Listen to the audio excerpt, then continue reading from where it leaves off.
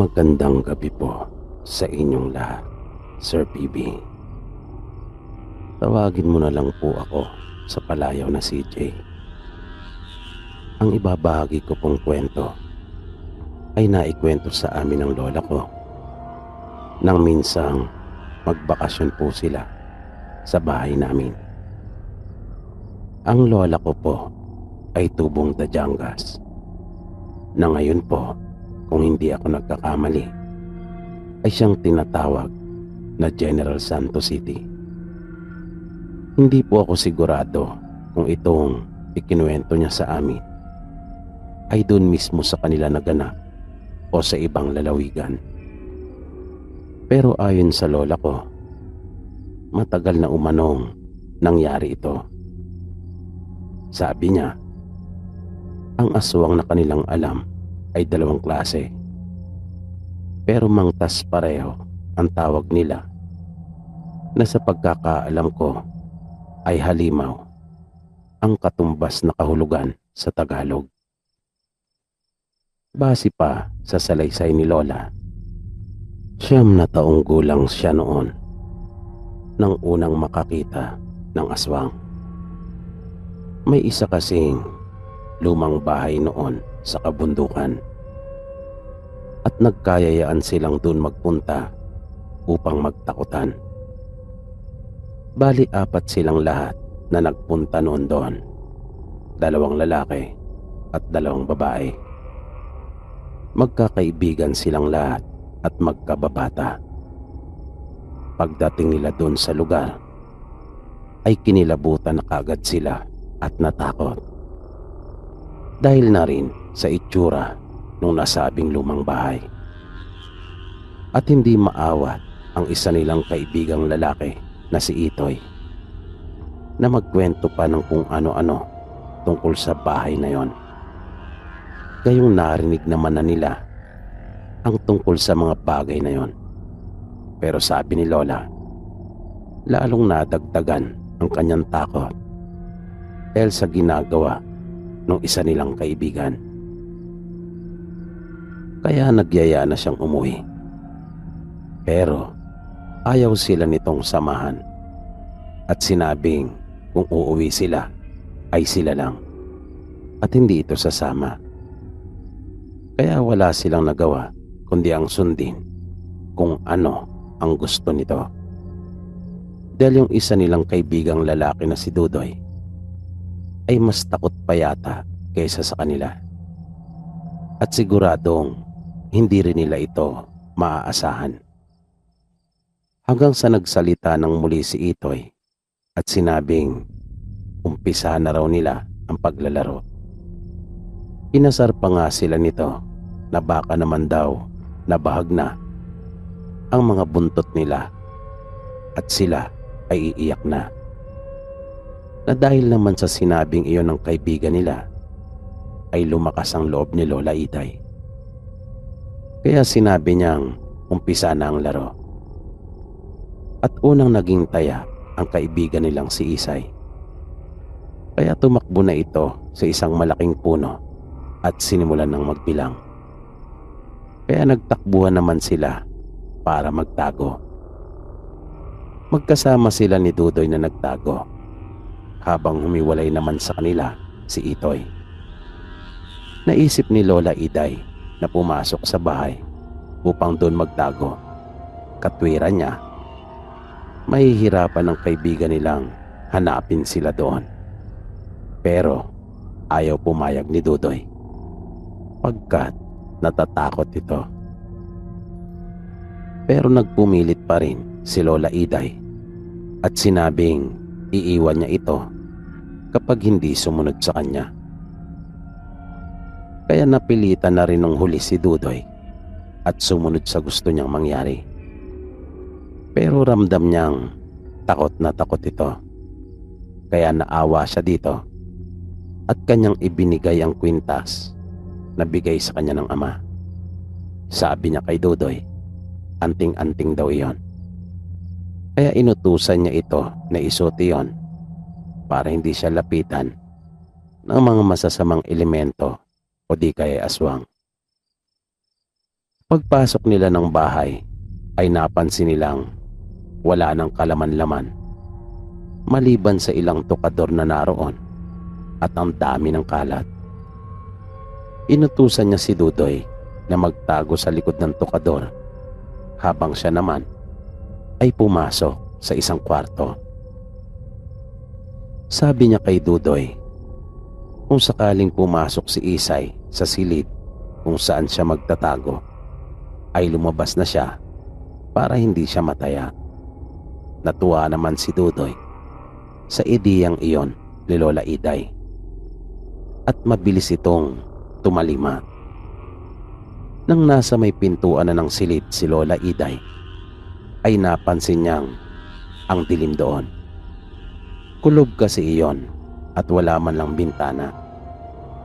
Ang tanging liwanag lamang na naroon ay yung nagmumula sa labas na pumapasok sa mga siwang at butas ng dingding. Pero magtatakip silim na rin noon. Maya-maya ay may napansin si Lola Iday na isang malaking kahon na yari sa tabla at kahoy. Bigla siyang nagka-interes na tingnan at alamin kung ano ang laman noon. Kaya dahan-dahan siyang lumapit.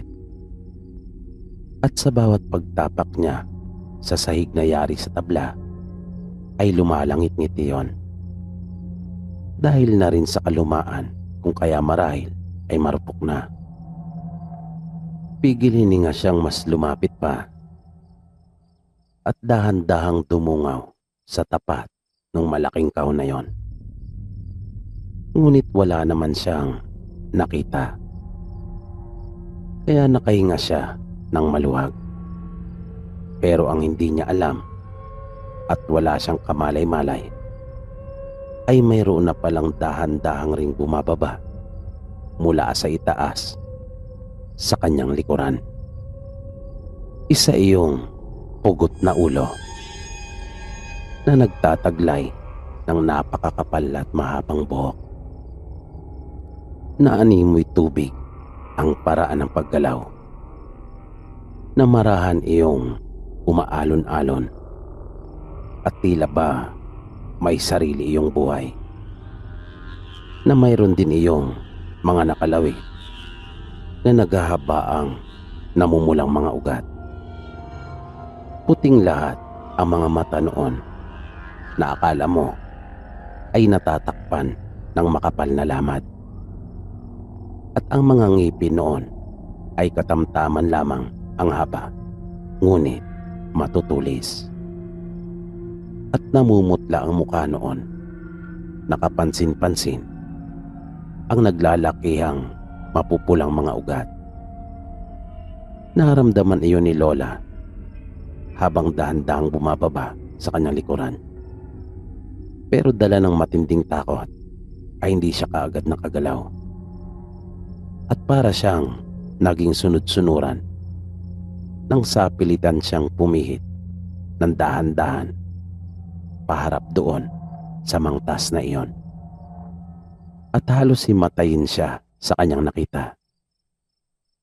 Pero kahit gustuin man niyang ipikit ang kanyang mga mata, ay hindi niya magawa. Gusto niya rin sanang sumigaw at humingi ng tulong. Pero walang lumabas na kahit anong tinig mula sa kanya. At nakita niyang kusang gumalaw yung mga mapupulang ugat noon at inilapit pa siya. Habang iba naman noon ay sapilitang pumasok sa kanyang bibig. At iyon na ang huli niyang natatandaan. Pagkat nawalan na pala siya ng malay matapos iyon. Nang magising siya ay nasa bahay na at nasa tabi niyang kanyang ina.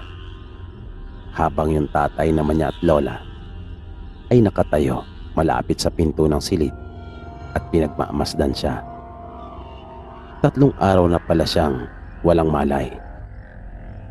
Alalang-alala ang kanyang mga magulang pagkat solong anak lamang siya. Kwento pa ng tatay niya, nag-uwian ng kanyang mga kaibigan at humingi ng tulong. At naabutan nila si Lola Iday na wala ng malay sa loob ng lumang bahay na iyon. Mabilis na lumipas ang panahon, pero sa bawat araw na nagdaraan ay may nararamdaman siyang kakaiba. Ngunit hindi naman niya maipaliwanag kung ano. At madalas na sumasakit ang kanyang ulo at parang naninikip ang kanyang dibdib. Nang magdalaga na si Lola Iday, isang umaga ay nagising siya mula sa isang napakasamang bangungot. May nakita siyang mga bangkay na wasak ang mga katawan at nilapa. Paulit-ulit rin niyang nakikita sa masama niyang panaginip yung bahay na iyon doon sa may bundok. At nang maupo siya sa kanyang higaan, ay napansin niyang mayroong dugo. Kaya dali-dali siyang napatayo. At nang silipin niya ang kanyang likuran, ay doon niya nalamang dinatnan na pala siya. Abot-abot ang kanyang kaba, pagkat ang akala niya ay may kinalaman na yung dugong iyon sa napanaginipan niya. Nag-ayos siya ng kanyang sarili at lumabas na ng kanyang kwarto upang sumunod doon sa mga magulang niya. Dahil nakikitrabaho sila noon sa taniman nila Itoy. Nang dumating siya doon, ay abalang-abala na ang mga tao sa kanilang ginagawa. Nilapitan siya ni Itoy at bakas ang kasiyahan sa mukha nito. Dahil hindi naman lingid sa kaalaman ng lahat doon sa kanilang baryo na may gusto si Itoy kay Lola Iday. Lagi nga sila nito magkasama sa araw-araw. Pero tanging kaibigan lang naman ang nararamdaman ni Lola Iday para sa kanyang kababata. At ang may gusto talaga kay Itoy ay si Isay. Sa bawat araw ay ganon ang kanilang ginagawa. Ang magtrabaho sa taniman at ang mag-asikaso ng bahay pag-uwi. Nang sumunod na araw, pagkagising ni Lola Iday, ay napahawak siya sa kanyang ulo at dibdib. Para kasing ang bigat ng kanyang pakiramdam at nahihirapan na naman siyang huminga. Sinusumpong na naman siya. Pero sa tuwing mangyayari iyon, ay hinahayaan lamang niya. Kanya na lamang tinitiis iyon dahil ilang minuto lang naman ay nawawala rin ito ng kusa.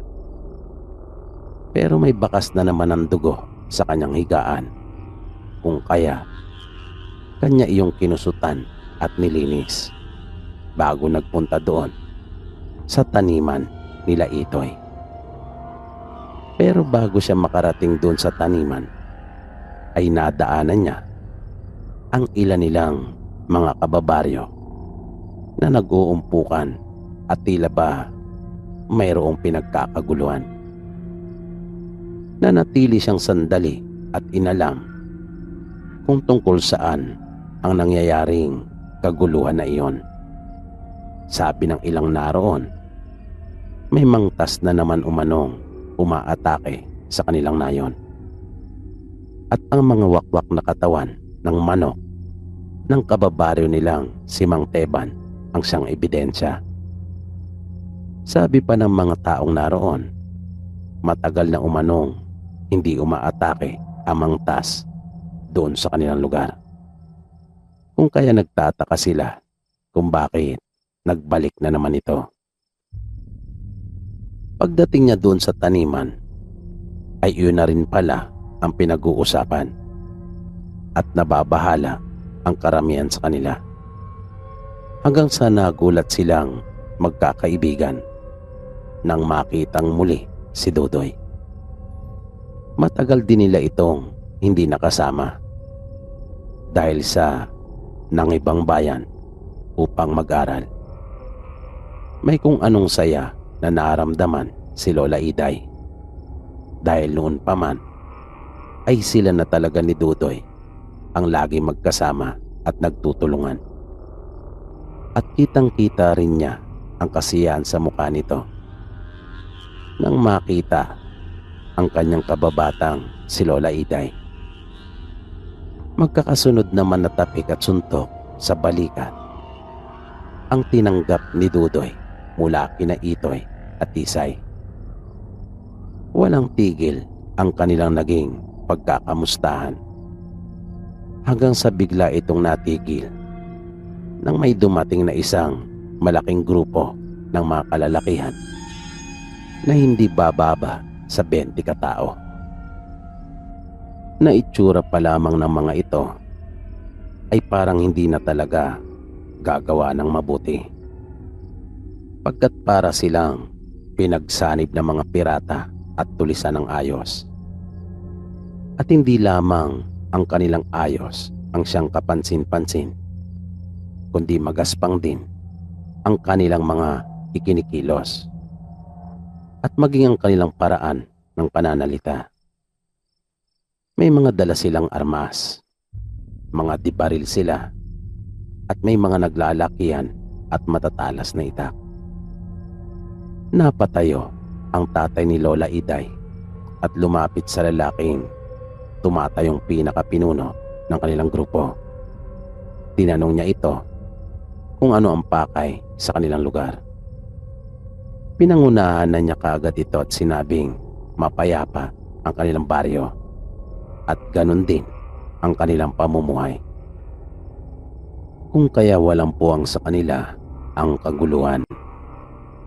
Sinabi nung lalaki na naparoon lamang sila pagkat nabalitaan nilang mayroong mangtas na gumagala sa kanilang baryo at kanilang inilabas mula sa mga lalagyan na animoy hawla ang mga pugot na ulo at inihagi sa lupa malapit sa kanilang mga paanan. At sinabing iyon umano ay mga mangtas na kanila nang napatay. Tinutugis pala ng grupo nila ang mga ito pagkat ayon pa sa lalaki, ang baryo nila ay wala nang makain dahil sa ginawang pagsalakay sa kanila ng mga mangtas. Inubos umano ng mga ito ang kanilang mga alagang hayop at ikinabubuhay. Pagpapatuloy pa nito, wala naman daw silang hinihinging anumang kapalit sa kanilang serbisyo. Pakainin lamang daw sila at hayaang manatili sa kanilang lugar ay ayos na. At malugod daw sila nitong tutulungan upang masolusyonan yung ginagawa ng mga mangtas sa kanilang lugar. Nagkatinginan ang mga taga roon sa kanila at base sa kanilang mga itsura ay tila pumapabor ang karamihan na manatili ang grupo ng mga kalalakihang iyon doon sa kanilang lugar. Kung kaya nagkaisa sila at pumayag, nagtayo ang mga ito ng kanilang kampo sa di kalayuan mula sa taniman nila Itoy. At kinagabihan mismo ng araw ding iyon ay nagsimula na sila sa pagroronda upang tugisin ang mangtas na sumasalakay sa kanilang mga alagang hayop. Sumama din sa pag-iikot ang ilan sa mga kalalakihan sa kanilang baryo, kabilang na ang tatay ni Lola Iday. At bago ito umalis ng kanilang bahay, ay mahigpit nito silang binilinan na isarang mabuti ang kanilang pinto at mga bintana, bagay na sinunod naman ni Lola Iday at ng kanyang ina. Nang nakahiga na sa kanyang silid si Lola Iday at matutulog na sana, ay bigla na naman siyang sinumpong.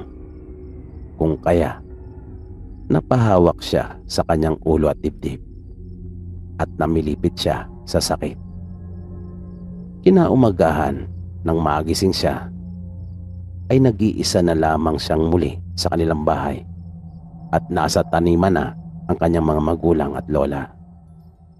At nagulat siya pagkat mayroon na namang bakas ng dugo sa kanyang higaan at bigla siyang kinabahan. Pagkat kahit yung kurtina ng kanyang bintana ay may bahid din ng dugo. At bigla siyang napahawak sa kanyang noo nang isa-isang ipinapakita ang mga larawan sa kanyang isipan. At mas lalo pang bumilis ang pagkalabog ng kanyang dibdib pagkat naalala na niya yung mga nangyayari sa tuwing siya ay susumpungin sa gabi. Nagmamadali niyang nilinis yung mga bakas ng dugo bago lumabas ng kanyang silid at nagpunta doon sa taniman. Pagdating niya doon ay wala roon si Itoy at ang naroon ay si Dudoy at kanina pa pala siya nito hinihintay. Agad na ibinalita nito kay Lola Iday na sumali si Itoy sa pangkat ng mga lalaki para makiisa at sumama sa ginagawang pagtugis sa mangtas. Sabi pa ni Dudoy, kailangan nilang kausapin si Itoy dahil delikado umano ang grupo ng mga kalalakihan na iyon. Sumang-ayon naman si Lola Iday sa gusto nitong mangyari. Kung kaya, magkasama nila itong pinuntahan. Nang makaharap na nila si Itoy, ay kanila itong kinausap at kinumbinsi na wag nang sumama sa grupo ng mga ito. Pero desidido na siya at hindi na raw magbabago pa ang kanyang pasya.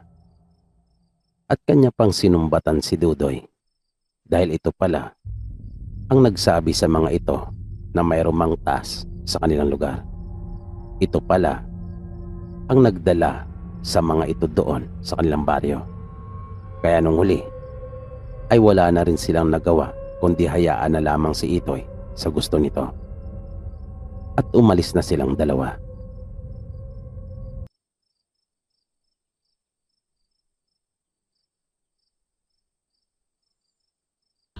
Wala nang nagawa pa sila Dudoy at Iday para kumbinsihin si Itoy na wag nang sumama sa grupo ng mga lalaki na naghahanap at tumutugi sa mangtas.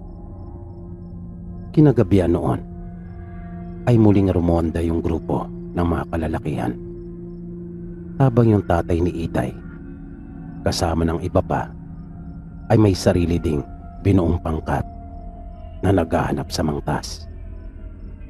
Nang mag-aalas 10 na ng gabi, naramdaman na naman ni Iday na biglang nanikip ang kanyang dibdib at nagsisimula na ring sumakit ang kanyang ulo. At di nga nagtagal ay napasigaw ng ubod lakas si Iday at ilang sandali lang ay humiwalay na ang ulo nito mula sa kanyang katawan at lumipad na palabas ng silid na dumaan ito sa may bintana. Samantala, napahinto ang grupo nila Itoy nang tumigil ang kanilang pinuno. Nang marinig nito ang malakas na sigaw na nilika ni Iday bago pa humiwalay ang kanyang ulo. Nang sumunod na araw ay isa na namang kalabaw ang natagpuang patay at wasak ang katawan nito.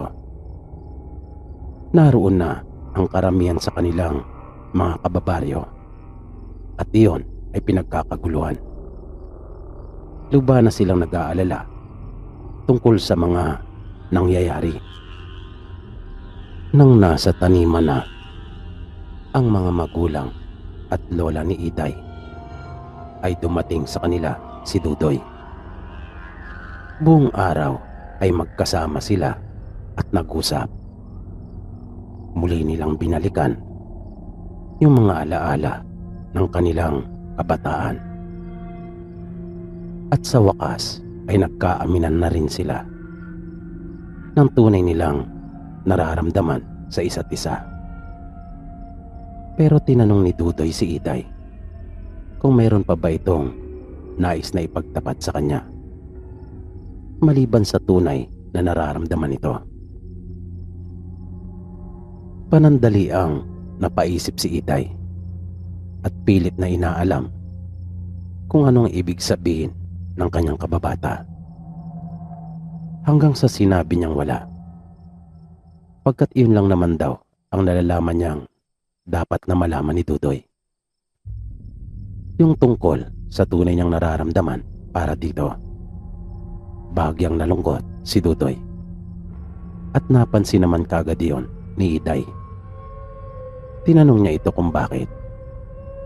Sinabi sa kanya ni Dudoy na nakita niya ito nung nagdaang gabi habang nilalapa yung kalabaw ng kanilang kanayon. Nagulat si Iday sa ipinagtapat sa kanya ng kababata. Bigla siyang napaluha at kinuha ang kamay ni Dudoy. Sinabi niya dito na hindi niya iyon ginusto. Bumitaw sa pagkakahawak niya si Dudoy. Tumayo ito at iniwan siya. Nang sumunod na araw ay maagang nagising si Iday. Buo na ang kanyang pasya. Mahal niya si Dudoy, kung kaya gagawin niya ang lahat para tanggapin siya nito. Pero nang punta niya ito sa tinutuluyan ay wala doon si Dudoy. Hinanap niya ito kung saan-saan, ngunit hindi niya natagpuan. Napaluha muli si Iday at nalungkot. Wala na si Dudoy. Iniwan na siya nito. Walang kamalay-malay si Iday na nagpunta pala si Dudoy sa tsuy nitong manggagamot at nagpatulong. Humingi din ito ng payo. Kinagabihan, nang nagsisimula na namang sumpungin si Iday, ay nasa silong na pala nila si Dudoy at may dala itong mga manok. At nang humiwalay na ang ulo ni Iday mula sa kanyang katawan, ay iniangat na ni Dudoy isa-isa ang mga dalang manok at kinuha naman iyon ng pugot na ulo ni Iday gamit ang mga galamay nito. At ng mga sumunod na gabi ay ganon ang ginagawa ni Dudoy. Kaya laking pasasalamat ni Iday dahil hindi na niya kinakailangan pang umalis o lumabas ng bahay. Lalong napamahal sa kanya si Dudoy. Ang buong akala niya ay iniwan na siya nito pagkat hindi matanggap yung pagiging mangtas niya. Nagtaka naman yung grupo ng mga lalaki, lalong-lalo na yung kanilang pinuno, pagkat hindi na niya nararamdaman yung mangtas. Wala na ring mga namamatay na mga alagang hayop doon sa kanilang nayon. Dahil yung mga manok naman na ibinibigay ni Dudoy ay yung mga nahuhuli niya sa kagubatan sa pamamagitan ng mga ginawa niyang pitag. Pero meron na palang pinaghihinalaan yung pinuno ng mga bandido at may ginawa ito para mapatunayan kung tama nga ba ang kanyang hinala. Pumunta ito sa taniman nila Itoy at kanyang binantayan si Iday. At nang dumating na ang hinihintay nitong pagkakataon, ay hindi na ito nag-aksaya pa ng oras. Sinay niya sa nakaagad nito yung isa niyang tauhan na mabilis naman noong nilapitan si Iday. Nakasalukuyang umiinom ng tubig. Nilansin ng lalaki si Iday na kunwari ay mayroon itong itinanong. Kaya binitawan ni Iday pansamantala ang hawak nitong baso at kinausap yung lalaki. Pasimple namang lumapit yung pinuno ng mga bandido at kanyang kinuha yung baso na ininuman ni Iday. At iniabot iyon sa isang bata na nagtatrabaho din sa taniman.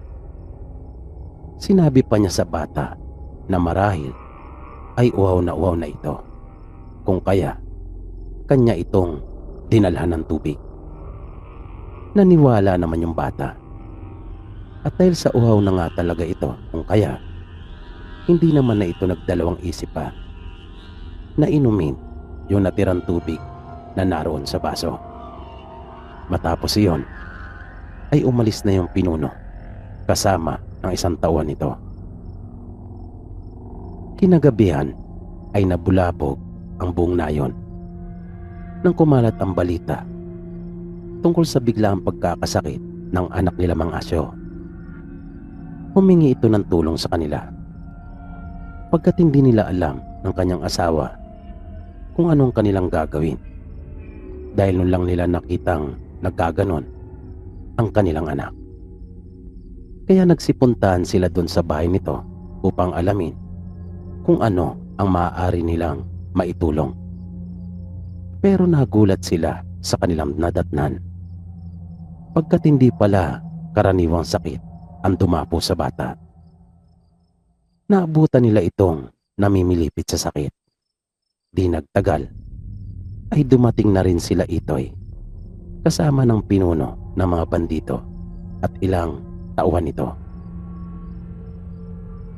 Pinatabi kaagad nito yung mga tao at sinabing isang mangtas ang bata.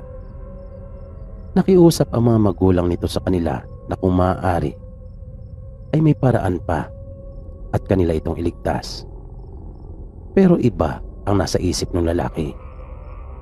Hanggang sa bumagsak na lang yung bata sa sahig at nagkikisay. Maya-maya pa ay napahawak na ito sa kanyang ulo at dibdib.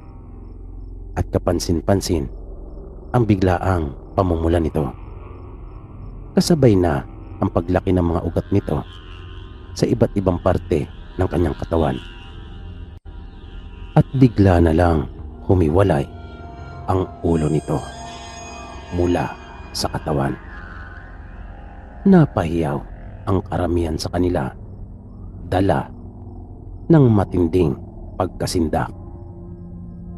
Nakiusap pang muli ang mga magulang nito na huwag sasaktan ang kanilang anak pagkat mabait na bata ito. Sinabi pa nilang maayos pa at normal ang kalagayan nito nung araw, kaya hindi nila alam kung bakit bigla na lang naging ganon pagsapit ng gabi. Dahan-dahang lumapit yung lalaki sa katawan ng bata na nakahandusay sa sahig. Dahan-dahan niyang sinilip ang ulo nito na nagtatago sa ilalim ng mesa. Hanggang sa naglabas ito ng isang kuting at dahan-dahang inilapit iyon sa pugot na ulo ng bata. Maya-maya pa ay lumabas na ang mga galamay nito at dahan-dahang pinuluputan yung kuting. Iyon naman ang inihintay na pagkakataon ng pinuno at kanyang hinawakang mabuti ang mga galamay nito. At pagkatapos ay agad na binunot ang kanyang baril at walang habas niya itong pinagbabaril. Biglang nawala ang liwanag noon, indikasyon na wala na yung buhay, at bumagsak na iyon sa sahig, natadtad ng bala. Nagkalat ang ibang bahagi noon sa dingding, bunga ng pagkakabaril ng lalaki. Mabilis na lumapit ang mga magulang nito at kanilang niyakap ang wala ng buhay na anak. Nagalit ang mga ito pero sinabi ng pinuno na ginagawa lamang niya yung kanyang trabaho. Huwag daw siya ang sisihin. Dapat daw nilang malaman kung sino ang humawa at lumaway sa kanilang anak. Dagdag pa niya, alam niya kung sino ang mangtas na may gawa noon. At nang kanila itong tanungin, ay walang kagatol-gatol na sinabi na si Iday ang mangtas. Si Iday ang mangtas sa kanilang nayon, kung kaya dapat nila itong patayin at sunugin. Ang hindi nila alam ay nasa labas din pala si Dudoy noong mga pagkakataon na yon at nakikinig lang sa kanilang mga pinag-uusapan. Kaya mabilis itong umalis at nagmamadaling pinuntahan si Iday. Pagdating niya sa bahay nito, ay kaagad niyang ipinagbigay alam yung kanyang mga narinig. Niyaya niya ito na tumakas at sinabing magpakalayo-layo na lang sila. Labag man sa loob ni Iday, niiwan ng kanyang mga magulang at ulyaning lola ay sumama ito kay Dudoy. Dala na rin ng matinding takot sa kung anong maaaring gawin sa kanya ng mga kanayon. Pero hindi pa nila alam kung saan sila magtutungo. Naisip nilang dalawa na doon na muna pansamantalang magtago sa lumang bahay na nasa bundok. Sinabi ni Dudoy kay Iday lahat ng kanyang nalaman mula sa tsuy nitong manggagamot. Mayroon palang halaman na maaaring makapagpagaling sa katulad niyang hinawaan. At yun umano ang kailangan nilang hanapin. Kwento pa ni Dudoy, nabanggit din sa kanya ng tsuhin na mayroong tanim na ganong uri ng mga halaman sa likod ng lumang bahay. Kung kaya, doon na muna raw sila mamalagi. Pero lingid sa kanilang kaalaman ay nasundan na pala sila ng isa sa mga tulisan. At nang malaman kung saan sila naroon, ay agad na ipinagbigay alam sa kanilang pinuno. Kaya pinuntahan sila ng mga ito.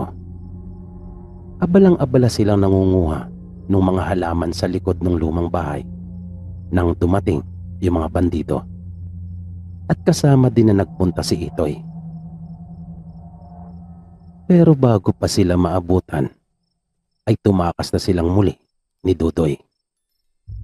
Ngunit bigla siyang sinumpong, kung kaya nagtago sila sa masukal na bahagi nang upang sa ganon ay maitago rin ang kanyang katawan.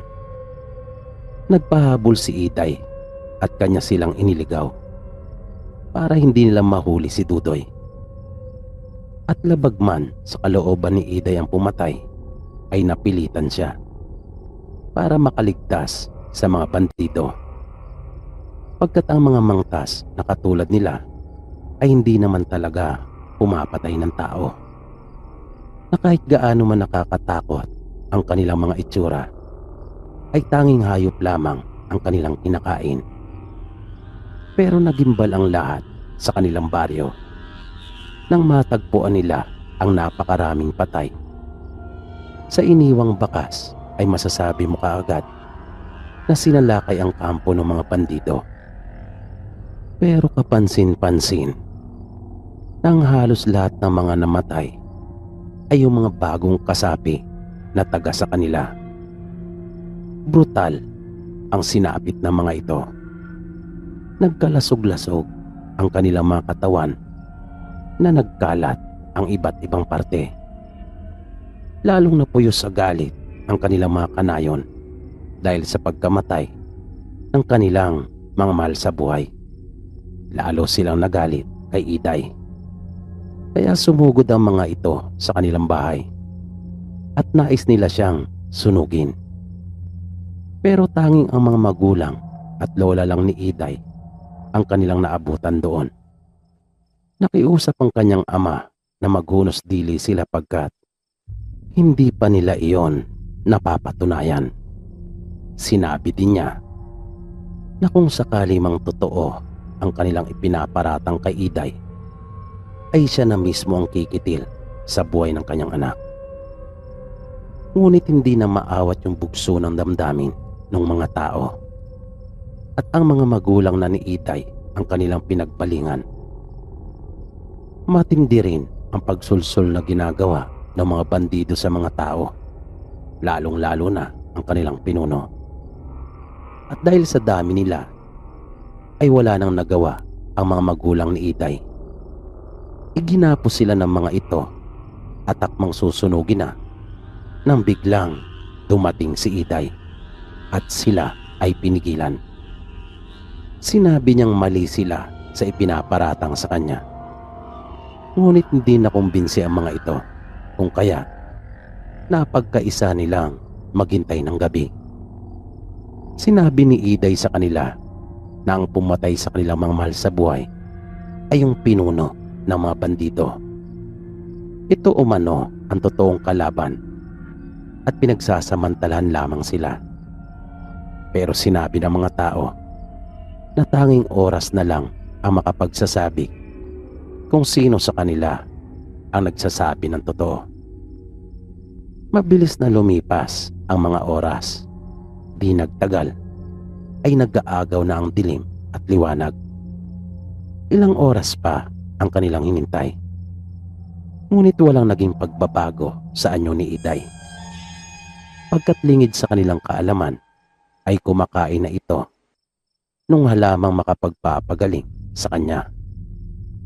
At natoon ang galit ng mga tao sa pinunong bandido at mga kasama nito.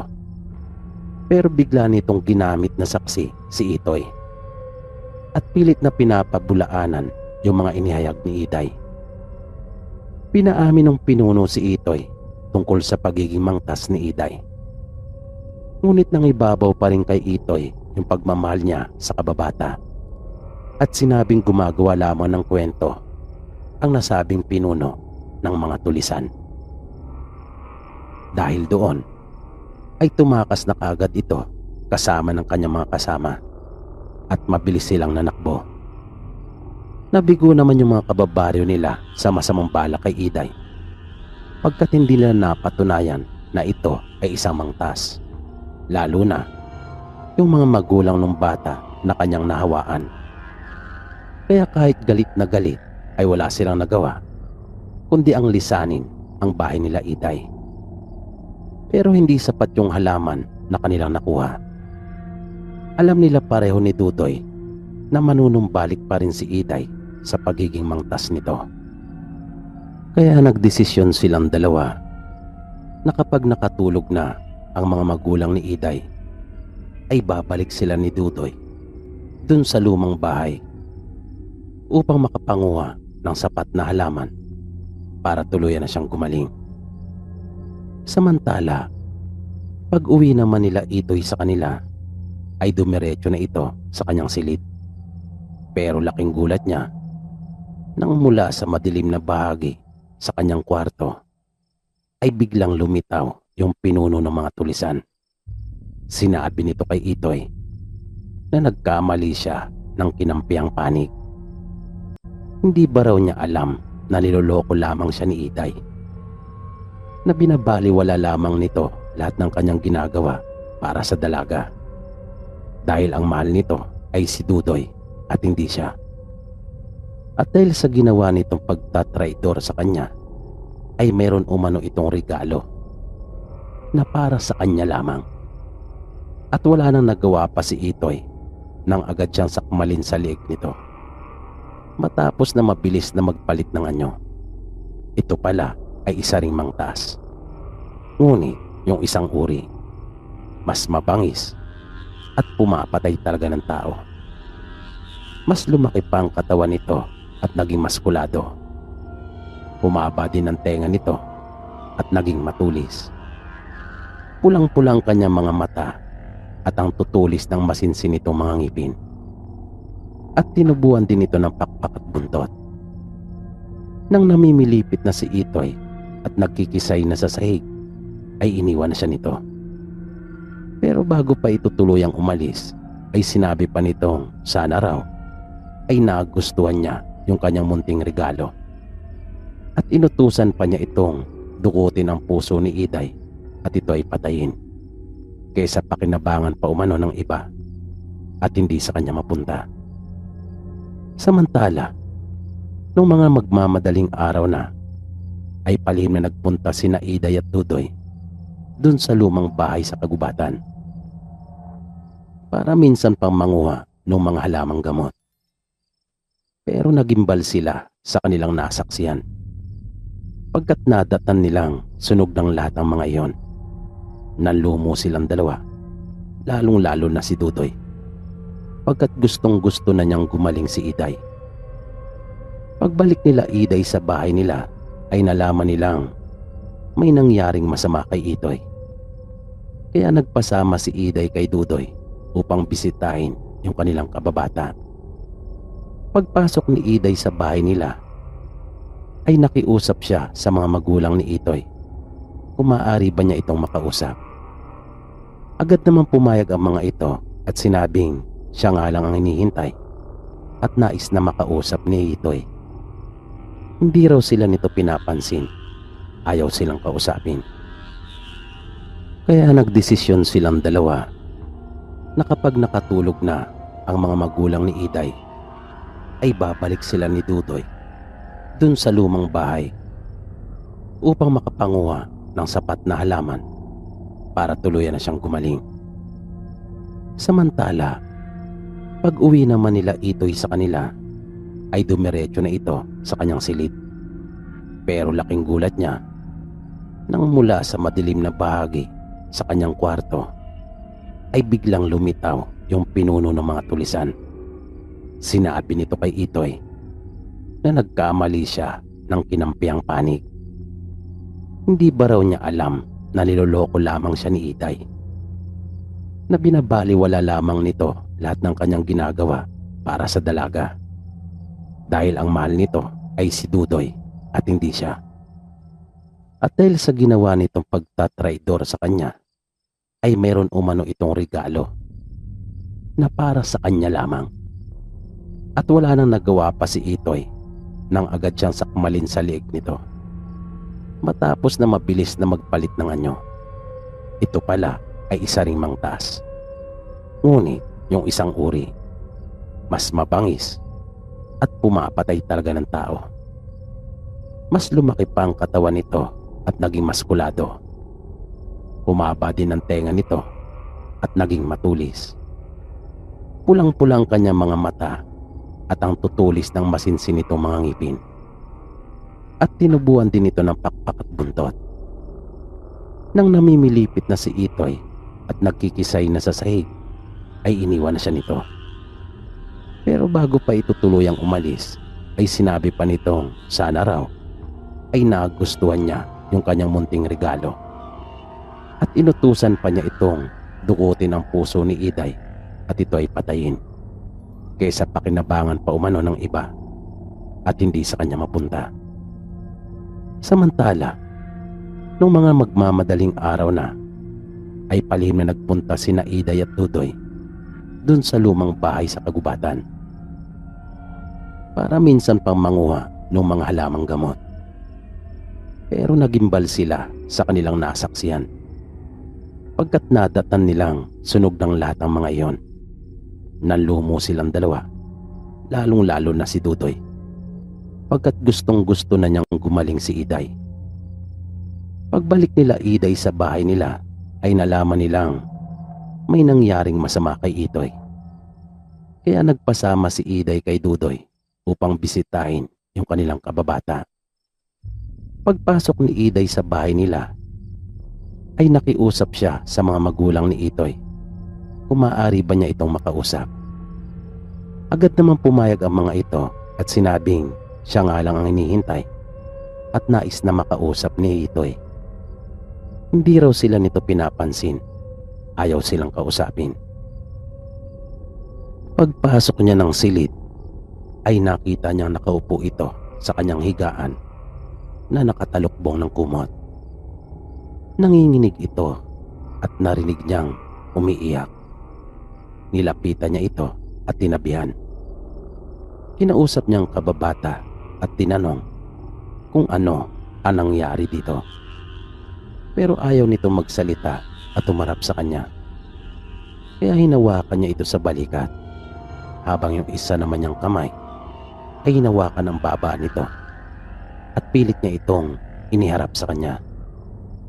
Nagulat siya sa naging pagbabago sa anyo nito, pero pinigilan niya ang kanyang sarili. Lumaki ang katawan ni Itoy. Bagyang humaba ang kanyang uso dahil sa mga tumubong matutulis ng ngipin. Nagiba rin ang balat nito at pumangit. Naging isa itong halimaw, katulad ng pinuno ng mga tulisan. Muli niya itong tinanong kung ano ang nangyari. Sinabi naman ito sa kanya na kinagat siya at hinawaan nung mapagpanggap na pinuno ng mga bandito. Nagmakaawa si Itoy kay Iday na huwag siyang iwan nito. Inamin din niya sa dalaga kung gaano niya ito kamahal. Ikinuwento din ni Itoy kay Iday ang tunay na dahilan kung bakit siya sumapi sa grupo ng mga bandito.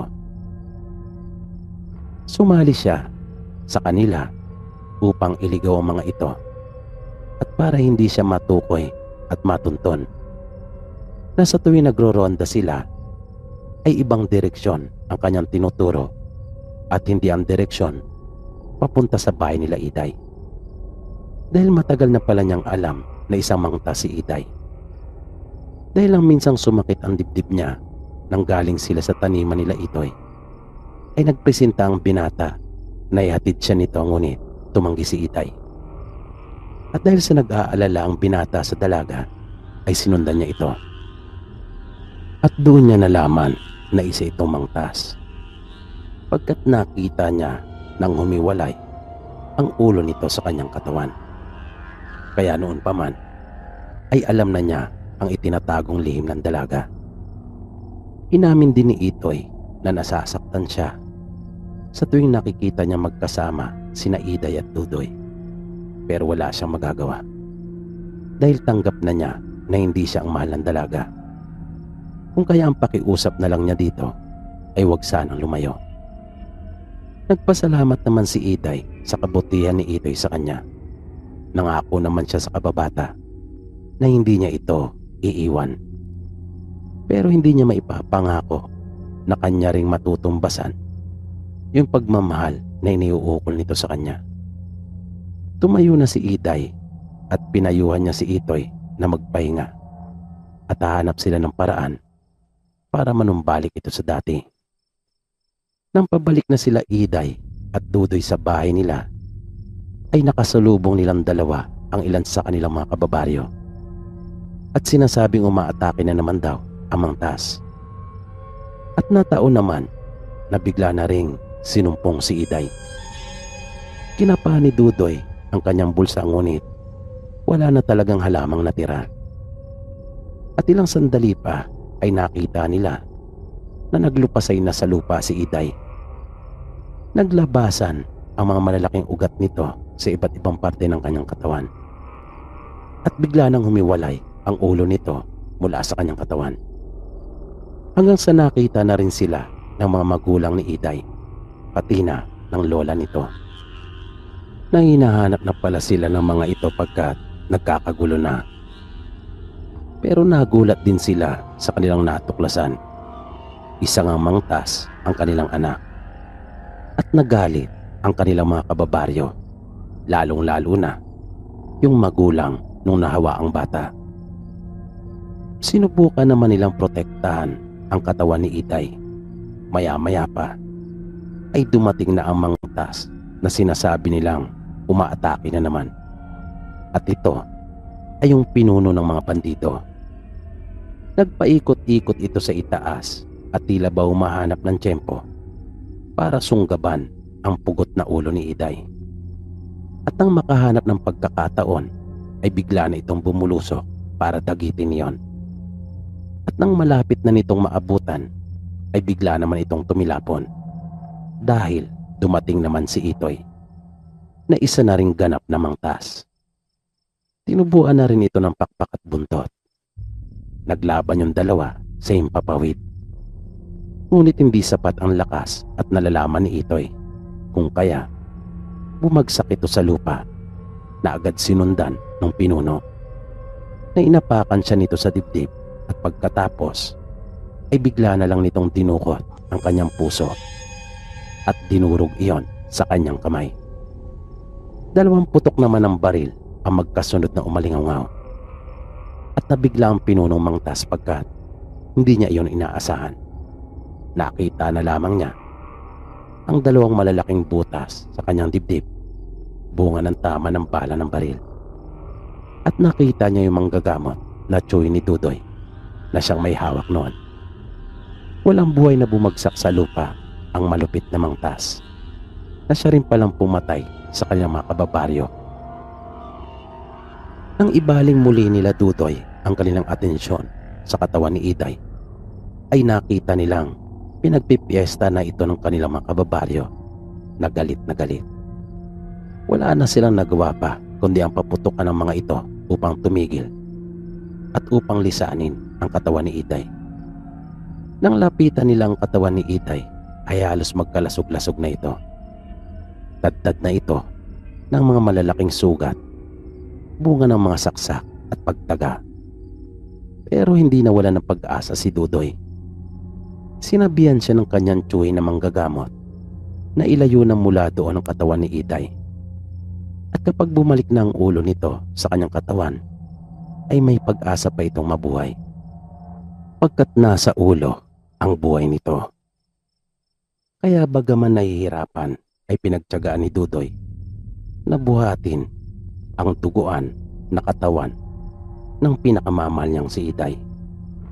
Naisip niyang dalhin ang katawan nito doon sa lumang bahay. Doon niya ito gagamutin. Maya-maya pa ay nakita na niyang nakasunod na ang pugot na ulo ni Iday. Nabuhayan ng loob si Dudoy. Magpapakalayo-layo sila, naisip niya. Nang nasa harapan na sila ng lumang bahay, ay nagharap sila ng pugot na ulo ni Iday at kapwa sila umiiyak. Sa mga mata ni Iday ay naunawa na kaagad ni Dudoy na humihingi ito ng tawad pagkat nadamay pa siya sa lahat ng kaguluhang iyon dahil sa kanya. Na kahit hindi magsalita ang dalaga ay sapat na kay Dudoy ang mga tingin nito. Umiyak si Dudoy at sinabing wala siyang pinagsisisihan. Muli niyang sinabi sa dalaga na mahal niya ito.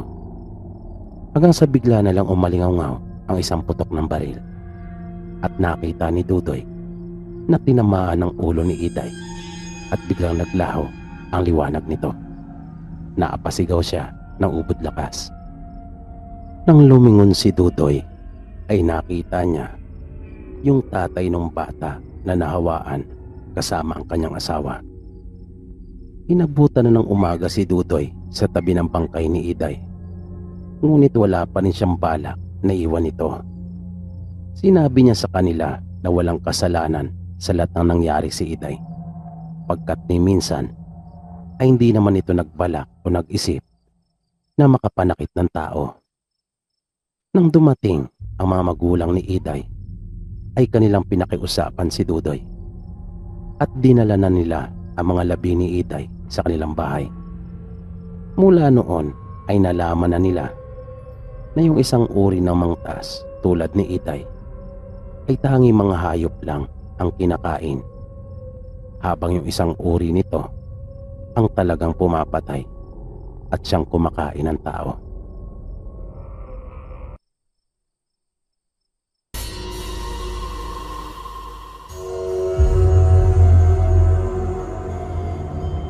Ibinahagi ng isa rin nating masugid at tagapakinig na nagpakilalang si Raray.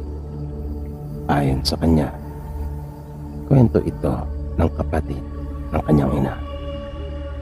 Tungkol ito sa mga karanasan at pakikipagsapalaran ng tiyuhin niyang si Bernardino, o mas kilala sa kanila sa tawag na Nardo. Ayon pa sa pagsasalaysay ni Raray, nang minsang mapunta sa bahay nila ang kanyang tiyuhin, ay nagkaroon siya ng pagkakataon para makausap ito. Marami siyang mga tanong na nabigyan ng kasagutan dahil kinuwento mismo ng tiyuhin niyang si Nardo ang mga naging karanasan nito. Ayon mismo sa pagsasalaysay ng tiyuhin niya, nagkaroon ito ng pagkakataong makapag-aral sa isang universidad sa Maynila. At ito ay yung Jose Rizal University doon sa may Mandaluyong. Bali pinaaral lang siya ng may-ari ng lupa na binabantayan ng tatay niya. Mabait kasi ang may-ari ng lupa at malapit talaga sa kanilang pamilya. Nagustuhan kasi nito yung katapatang ipinapakita ng tatay ni Nardo. At dahil sa ito ay isang matandang binata, kung kaya si Nardo na at ang kanyang mga nakababatang kapatid ang itinuring nitong mga anak at sinuportahan sila sa kanilang mga pangangailangan. At nang kakitaan nga nito si Nardo ng husay sa kanyang pag-aaral, ay kanya itong inalok na mag-aral sa Maynila At pinalad nga siyang makapasok sa dyaryo. Pinili niya iyon dahil naroon lang sa malapit ang bahay ng kanyang kapatid na nanay naman ni Raray, na nung mga panahong iyon ay dalaga pa at nagtatrabaho sa isang pabrika. May dalawang kaibigang babae ito na kasama niyang nangungupahan doon sa nasabing bahay. Nang mahigit isang buwan nang pumapasok si Nardo sa nabanggit na paaralan, ay doon na nagsimula ang kababalagan sa kanyang buhay. Tuwing gabi ay mayroon siyang napapanaginipan. Pero nung una ay hindi iyon malinaw pa sa kanya, na kapag siya ay nagising na ay agad niya rin iyong nakakalimutan at wala talaga siyang matandaan. Halos gabi-gabi noon ay nananaginip siya, at habang tumatagal ay nagiging malinaw na sa kanya yung mensahe ng kanyang mga panaginip. Nakakarinig na rin siya ng mga tinig at may ipinararating sa kanya. Pagkukwento pa ni Nardo sa pamangkin niyang si Raray, ang pinakaunang larawang nakita niya sa kanyang panaginip ay isang napakalakas na ulan na para talagang mayroong bagyo. At sunod niyang nakita na binaha ang napakaraming dako. Pero di malinaw sa kanya kung saan ang mga iyon. At ang nakakagimbal ay bigla na lang dumagundong ang napakalakas. At nasundan pa iyon ng pagyanig ng lupa. At dahil bago para kay Nardo yung mga ganong pangyayari, kung kaya sinarili niya iyon at walang sino mang pinagsabihan, kahit pa nga mismo ang ate niya.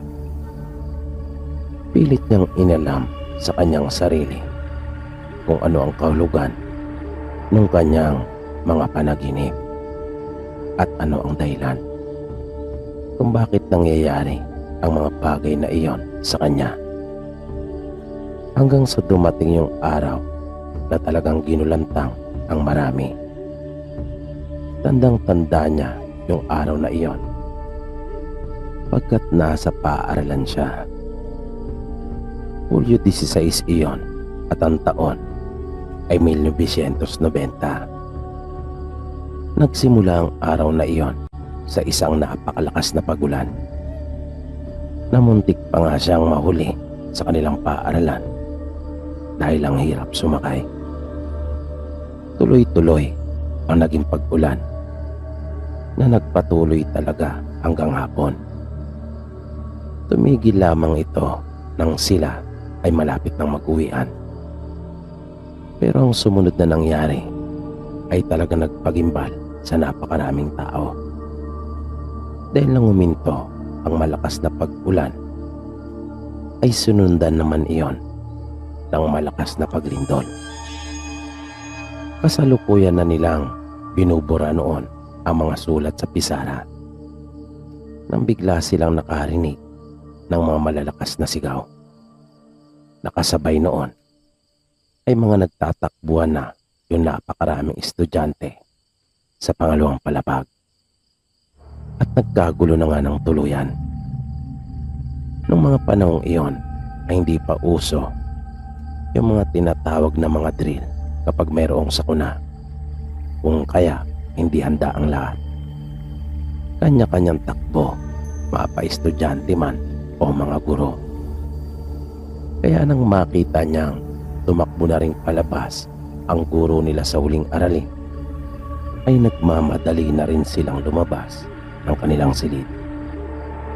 At doon nakita ni Nardo ang pinsalang hatid ng lindol. Nagkalat ang mga tao sa labas. Karamihan sa kanila ay gulat na gulat dahil sa nangyari. Nagalo ang mga tao at sasakyan doon sa may kalsada. Halos hindi umuusad ang mga sasakyan. Kung kaya naisip niyang malabo siyang makasakay doon. Kung kaya lumakad siya sa may bandang unahan. Nalaman niyang bumagsak pala ang tulay na nag-uugnay sa Mandaluyong at sa Santa Mesa, na maraming sasakyan at mga tao ang nahulog doon sa Ilog Pasig. Sa di kalayuan ay may nakita si Nardo na isang matanda. May mahaba itong buhok na halos puti ng lahat, at ganon din ang balbas at bigote nito. Nakasuot pa nga ito ng isang mahabang damit na kulay puti, pero nanlilimahid siya sa dumi. Wala itong tigil sa kakasigaw, at marami siyang binabanggit na hula na maaari pa umanong mangyari sa hinaharap. Panandali ang napunta doon ang atensyon ni Nardo, nang bigla na lang nagulat siya dahil sa isang iglap ay nasa kanya na itong harapan at sinabing, "Mapalad ka pagkat nakita mo ang mga bagay na ito bago pa maganap, pero hindi mo alam gamitin ang iyong kakayahan," sabi sa kanya ng matanda. Tatalikod na sana si Nardo nang muli itong nagsalita at sinabing maging matibay siya dahil marami pa siyang pagsubok na pagdaraanan, at tumalikod na si Nardo. Nang minsan pa niyang sulyapan yung matanda ay hindi na niya ito nakita pa. Bigla na lang itong naglaho na parang bula. Bigla namang naalala ni Nardo yung mga larawang kanyang nakikita sa panaginip at natigilan siya. Napaisip si Nardo ng malalim nang maging malinaw na sa kanyang lahat. Yung panaginip pala niyang iyon ay isang babala. Nagkaroon na siya ng pangitain sa mangyayaring trahedya. Panandali ang nawala si Nardo sa kanyang sarili habang naglalakad pa uwi. Naglakad na lang siya pagkat wala namang masakyan. Marami siyang mga nakasabay sa malapad na kalsada ng Shaw Boulevard. At nang dumating siya sa bahay ay tumambad sa kanya yung balitang pinapanood ng kanilang mga kasama sa bahay. Napakalaking pinsala ang idinulot ng lindol sa buong bansa. Mula noon ay nabulabog na ng tuluyan ang buhay ni Nardo. Pati nga ang kanyang pag-aaral ay naapektuhan na rin, pagkat madalas na siyang binabangungot.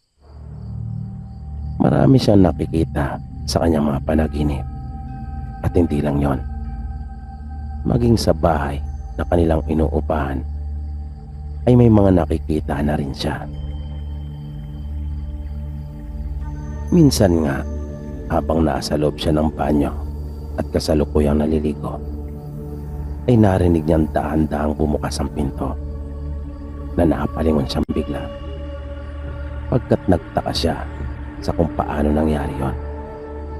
Gayong isinara naman niya iyong mabuti, kaya kahit nahapdian ang mata dahil sa sabon ay nilingon niya iyon upang isara, pero ginulat siya sa kanyang nakita, pagkat mayroon ng isang kamay na nakahawak sa hamba ng pinto. Isa yung kamay na naaagnas at nanlilimahid sa dugo. Naapatras si Nardo at bigla siyang nahirapang huminga. Napatakip na lamang siya ng kanyang mga mata at narinig niya ang muling paglangit-ngit ng pinto. At halos mapatalon siya dahil sa sobrang gulat nang bigla na lamang iyong kumalabog ng malakas na hinila ng ubod lakas yung pinto. At hindi lamang sa inuupahan nilang bahay may nagpapakita kay Nardo.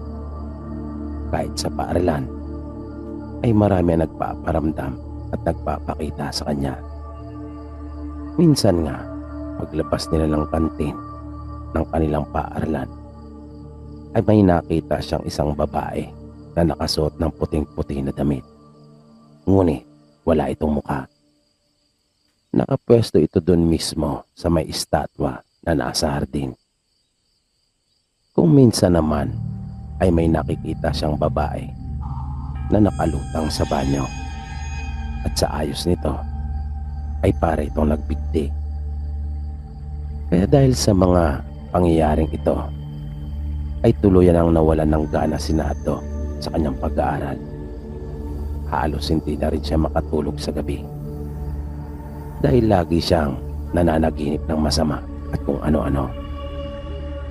Wala na rin siyang ganang kumain pagkat walang tigil na nagpaparamdam at nagpapakita sa kanya ang iba't ibang mga muka at tao na noon lamang niya nakita. Hanggang sa pati mismo ang ate niya ay mag-alala na rin sa kalagayan niya. Maging ang mga kasama nila sa bahay ay nahihiwagaan na sa kanya. Habang yung iba naman, tulad ng mga kaklase niya, ay pinaghihinalaan na siyang isang baliw. Kaya nung huli, nagdesisyon ng ate niya pauwi na lang si Nardo dun sa kanilang probinsya. Kaya kahit labag man iyon sa kalooban ni Nardo ay tumalima siya, pagkat nauunawaan naman niya ang kanyang ate. Pagbalik ni Nardo sa kanila, ang una niyang ginawa ay nagpunta siya sa bahay ng matandang binata na siyang may-ari ng kanilang lupa at humingi siya ng tawad. Dahil kasi sa nangyari ay sinayang niya yung napakagandang pagkakataong ibinigay nito sa kanya. Pero paano nga ba niya sasabihin sa kanila yung totoong nangyayari sa kanya? Kahit nasa probinsya na si Nardo ay nagpatuloy pa rin yung mga pagpaparamdam at pagpapakita. Sa gabi, kapag natutulog na siya, ay napakaraming mga larawan ang pilit na sumisiksik sa kanyang isipan, at karamihan sa mga iyon ay hindi maganda. Puro trahedya at mga kapamakan. Isang madaling araw ay nagpasya siyang bumangon na lang, pagkat ginugulo nga siya ng samot-saring mga pangitain. Kung kaya, nagpunta siya sa kanilang kusina at nagpainit ng tubig. Magkakape na lang siya, naisip niya. Pero habang nagpapadinga siya ng apoy, ay muli niyang naalala yung huli niyang napanaginipan. Bigla siyang kinilabutan ng kanya iyong maalala. Napabulala siya ng hindi. At halos liparin niya yung silid ng kanilang mga magulang upang gisingin lamang ang ama. Sa nanginginig niyang boses ay ginising niya ito at pilit siyang nagpasama sa bahay ng may-ari ng lupang kinatitirikan ang bahay nila. Hindi maunawaan ng kanyang ama kung bakit niya iyon ginagawa. Pero bumangon pa rin ito at sumunod. Sinabi sa kanya ni Nardo na sa daan na lang niya ipapaliwanag ang lahat. Kaya matapos na makapagsukbit ng kanyang itak at damputin ang flashlight, ay lumabas na sila ng kanilang bahay at nagsimula na rin maglakad. Halos tumakbo na si Nardo ng mga pagkakataong iyon. Sabi pa niya sa kanyang ama ay kanila raw bilisan, pagkat baka mahuli na ang lahat. Na dahil doon ay napatanong naman ang kanyang ama kung ano raw ba ang totoong nangyayari. At ang maging makulit na ito ay ipinaliwanag na ni Nardo sa kanya habang sila ay naglalakad. Sinabi niya sa amang nakakakita siya ng mga bagay at pangyayaring magaganap pa lamang, at nakita niyang mamamatay ang amo ng kanyang ama sa kamay ng isang magnanakaw. na kahit ang tatay niya nang marinig ang kanyang mga sinabi ay halos hindi makapaniwala at nanlaki talaga ang kanyang mga mata. Nung mga sandaling iyon ay mas nagmadali pa si Nardo, kung kaya wala nang nagawa pa ang kanyang ama kundi ang sundan nito. At nang malapit na sila sa amo ng kanyang ama ay narinig nila ang mga malalakas na boses na bumula sa loob ng bahay nito. Nagulat ang tatay ni Nardo pagkat kinutuban agad siya na totoo nga ang sinasabi ng kanyang anak. Kaya bago pa sila tuluyang lumapit doon sa bahay ay hinugot na kaagad niya ang kanyang itak. At nang sumilip sila mag-ama sa nakabukas ng pinto ng bahay ay nakita nila ang isang lalaking may nakataling panyo sa gawing patok nito na siya nagtatake sa kanyang muka at may hawak na kalibre 38 na baril. Kaya sinamantala na kaagad nila yung pagkakataon na tinagaan ng tatay ni Nardo yung kamay ng lalaki, na agad namang nabitawan ang baril dahil sa talas ng itak na tumama sa kanyang braso. Gulat na gulat yung lalaki. Nagustuhin man sana niyang tumakas ay hindi niya na nagawa pa dahil nakaharang na sila sa kanyang daraanan. Kinuna nila ito ng lupit at iginapos. Takang-taka naman ang kanilang amo kung bakit sila naroon na mag-ama gayong alanganing oras na at kung paano nila nalaman. Nadala nila sa otoridad yung lalaki na nung uli ay mismong pamangkin pa pala ito ng kanilang amo ang siya ng loob dito. Lalong nagtiwala sa kanila yung matandang binata. Lagi nitong sinasabi na utang niyang kanyang buhay sa kanilang mag-ama dahil tutuluyan na rin daw sana siya ng kanyang pamangkin. Buti na nga lang at dumating sila. Pero matapos iyon ay nagkasakit ng maluba si Nardo. Halos 1 linggo siyang naratay sa banig sa di malamang dahilan. Biglaan iyon. At kahit dinala na nila ito sa paggamutan sa tulong ng kanilang amo ay wala pa ring naging magandang resulta. Hindi talaga nila matukoy kung ano ba talaga ang tunay na karamdaman nito. Pero si Nardo ng mga panahong iyon ay kung saan-saan naglalayag ang kanyang diwa. Nakikita niya ang kanyang sarili sa isang lugar na punong-puno ng mga mamahaling hiyas at sagana sa mga pagkain.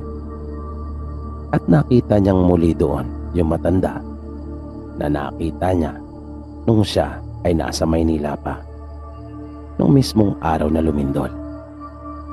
Lumapit siya dito at nang magkaharap na sila ay sinabi nitong, "Buti naman at nagawa mong matunton ang kinaroroonan ko." Na nagtaka si Nardo sa sinabing yun ng matanda. Pagkat ang buong akala niya ay pinatawag siya nito, na ito pa nga mismo ang dahilan kung bakit siya naroon. Ang akala niya talaga, ito mismo nagdala sa kanya sa lugar na iyon.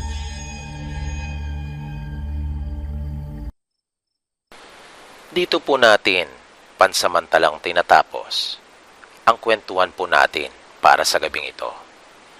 At kung inyo pong nagustuhan ang ganitong uri ng mga content, ay huwag nyo na po sanang ipagdamot pa ang inyong like at mag-subscribe na at pindutin ang bell icon at i-click ang all para lagi kayong updated sa tuwing may bago po tayong i-upload na kwento.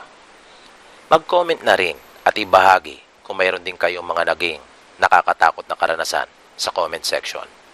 Maraming salamat po at hanggang sa muli. Dito po pansamantalang nagtatapos ang ating programa. At sana po'y inyong nagustuhan ang kwentong ating itinampok sa pagkakataong ito. Sana po ay patuloy niyo pang subaybayan ang mga susunod pa nating kwento. Maraming salamat po at hanggang sa muli.